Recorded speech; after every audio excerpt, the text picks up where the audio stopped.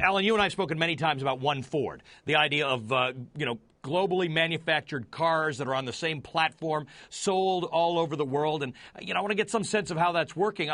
I know there are some people who are worried that while, F-150s and Mustangs are still going to be quintessential American icons, that maybe you're going to get out of touch with the American car buyer. What are your thoughts? Well, I think we're getting even more in touch because of our One Ford plan, because what's amazing, Ali, is that around the world, that the customer requirements for quality, fuel efficiency, safety, and really smart design, like Sync and My Ford, have really coalesced.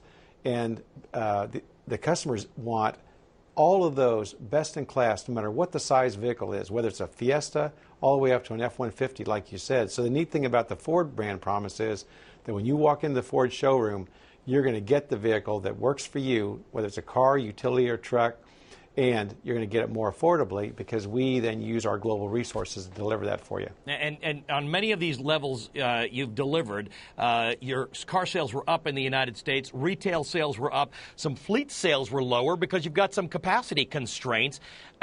So I'm worried that you've got a bit of an issue in the U.S., probably a short-term issue, where all those cuts that you had to make in 2008, 2009 are stopping you from selling as many cars as you possibly can. Well, that is exactly right. And, we made that judgment call nearly 5 years ago, as you well know, to size our production to the real demand with this full family of best-in-class vehicles.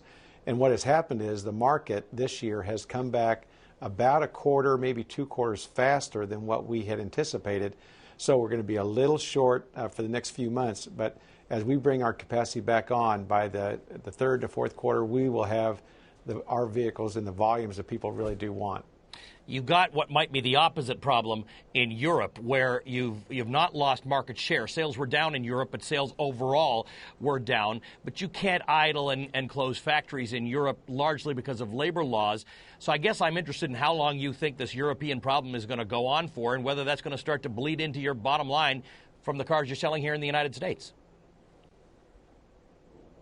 Well, respect to the market itself, we see it stabilizing on the GDP, relatively flat, but looking like it's stabilizing. For the industry, we still see a very robust market around 14 million units. Now, in Ford's case, Ali, one of the neat things that we have done over the last few years is that 6 out of the last 8 years, we have been profitable because of the One Ford plan of matching production to the real demand and then taking the next necessary actions to deliver the vehicles profitably.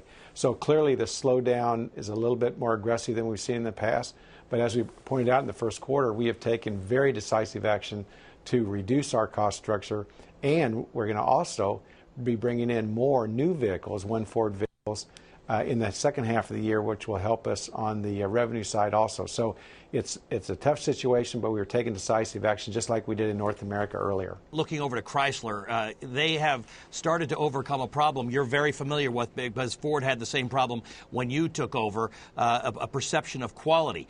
Now that Chrysler's starting, they've been easy competition for you guys. Does this worry you now that they're getting back in the game? Well, we take all of our competition very seriously, as you well know. And, we operate on a global stage against the best companies in the world.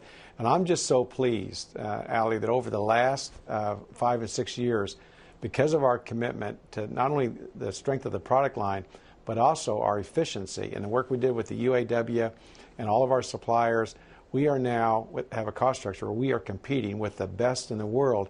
And you add that, with this lineup of vehicles now that we continue to invest during the toughest of times, I'm just so pleased that we are here for the customers as they want and need the vehicles.